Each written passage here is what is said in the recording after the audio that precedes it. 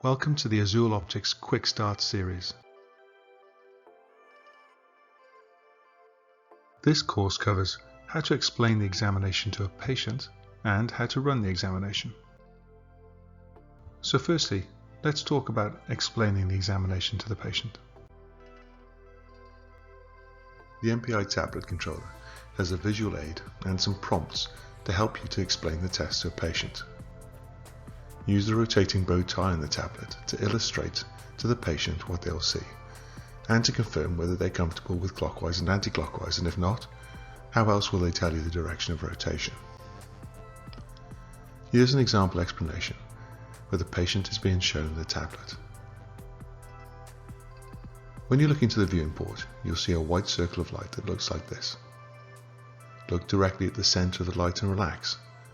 Defocus your eyes as if looking into the distance. After a few seconds, you'll see a rotating yellow shadow that looks something like this bow tie.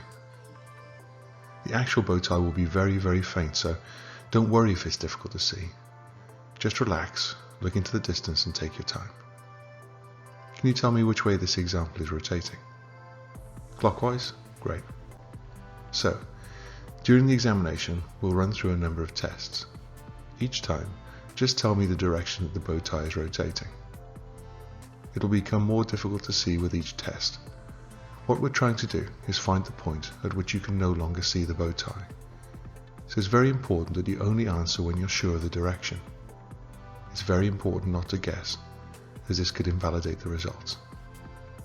Okay, let's start the test.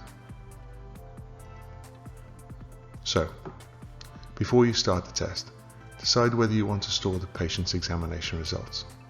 It's not mandatory to do so, but if you do want to, then enter the patient ID before pressing start. The tablet allows you to record your patient's demographics. For each category, simply check the choice that best fits your patient. If the patient has been tested before, then each category will automatically be completed with the details at the point of their previous test, enabling you to assess any changes that have occurred since you last saw them.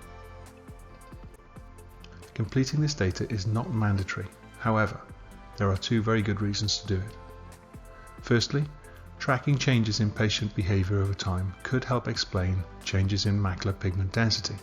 For example, if someone starts taking eye supplements, then you may see a rise. Secondly, discussing this information with the patient gives you enough background to have an informed conversation with them around how they can make positive changes to protect their eyes. For example, if they don't currently wear sunglasses and they have low macular pigment density, you could talk to them about the potential health benefits of doing so. Okay, so let's look at the test from the operator's perspective. After pressing start, the MPI will run through a quick calibration process. While this is happening, sit the patient in front of the device.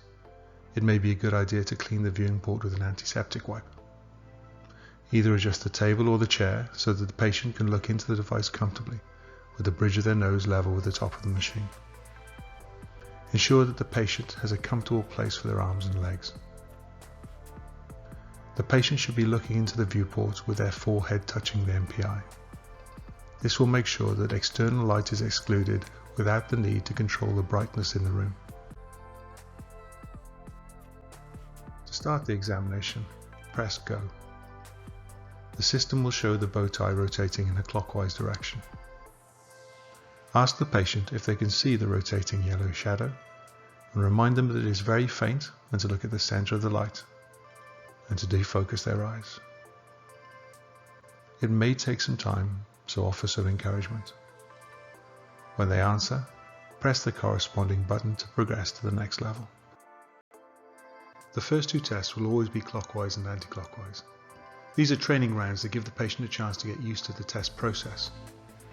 The examination actually starts on the third presentation, and from that point onwards the direction will alternate between clockwise and anti-clockwise in a seemingly random sequence. You will not know the direction, so that you cannot influence the outcome of the examination. So let's look at the interface in a little bit more detail. A timer will ask you to wait as the system calibrates at the start of the test. The main buttons allow you to enter the patient responses, clockwise, anti-clockwise, don't know. The restart button allows you to restart the test from the beginning should you need to do so. For example, if the patient takes their head out of the MPI at any time during the test. The progress bar shows the progression through the tests. Each time the patient answers correctly, a cell is filled in blue. During the training round, the progress will show 2 cells, one for clockwise and the other for anti-clockwise. During the actual test, you will see 10 cells, one for each level of difficulty. When the test starts, a blue countdown timer will appear over the Don't Know button. This button is locked for a period of time to ensure that operators give patients plenty of time to answer. When the countdown reaches 0, the button will become available for use. The timer shows you the speed of response. When patients can see the bow tie clearly, they will generally answer in 3 to 5 seconds. When the test gets more difficult, patients will start to take longer, over 10 seconds. The timer will turn yellow to remind you that the patients may be nearing the end of the test. This is a prompt for you to give them extra encouragement, but also to remind them not to guess. If the countdown timer turns red, then the patient has taken over 30 seconds on the current test. This is unusually long and indicates that they cannot see the bow tie. You should press the Don't Know button. Reaching the end of the test. When the bow tie has become very weak, while the patient may not be able to see the full bow tie shape, they may still be able to discern the direction of rotation from subtle hints of motion. Patients will typically slow their response times as they approach their limit. If they are taking longer to answer, remind them to look at the center and defocus, like they're looking at an object in the distance. To relax, see if they can get a sense of the rotation, but do not guess. If they can't see anything, they should just say, "I don't know." As the test gets difficult, patients may be tempted to guess. Guessing will not provide reliable results, and so patients should be discouraged from doing so.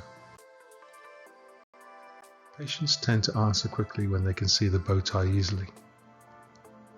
When a patient answers with a questioning tone, it's a sign that they are not confident in their answer. This indicates that they are having trouble seeing the bow tie, and so they are probably approaching or at the end of the test. They should be reminded not to guess. If you suspect a patient of guessing, then ask them how confident they are in their answer. If they then admit they're not confident, end the test by pressing Don't Know. During the test, the patient may answer incorrectly. If this happens, then you will see the following. If this is due to an obvious mistake, for example, you've pressed the wrong button, or the patient has changed their mind as they answered, then you have the ability to retry, which simply retests the patient at the same level, so it's as if the mistake didn't happen. Please note, you'll only be offered one retry per test. If the incorrect answer was not due to an obvious mistake, then the patient has guessed. Maybe they could see the bow tie at the previous level and they simply had a go at this last one, even though they couldn't see it. If this is the case, they will usually admit to this, and so end the test by pressing End Test. If the patient is surprised that they answered incorrectly, or doesn't admit that they're having trouble seeing the bow tie, then they probably guessed and there's no way of telling how many times they will have done so. After all, each level gives them a 50-50 chance to be right. Choosing to verify the patient's score will carry out a number of extra tests to make sure the patient gets a realistic score. Verifying usually adds around 50% to the length of the test. So, to recap, seat the patient comfortably so that they can see the light. Encouragement is key to helping the patient relax and perform properly. Don't let the patient guess. It's okay if the bow tie is incredibly faint, as long as they are confident in their responses. And verify the patient's score if you think they are guessing. That's the end of this course. Thank you for watching, and if you want more information, please contact us at www.azuleoptics.com.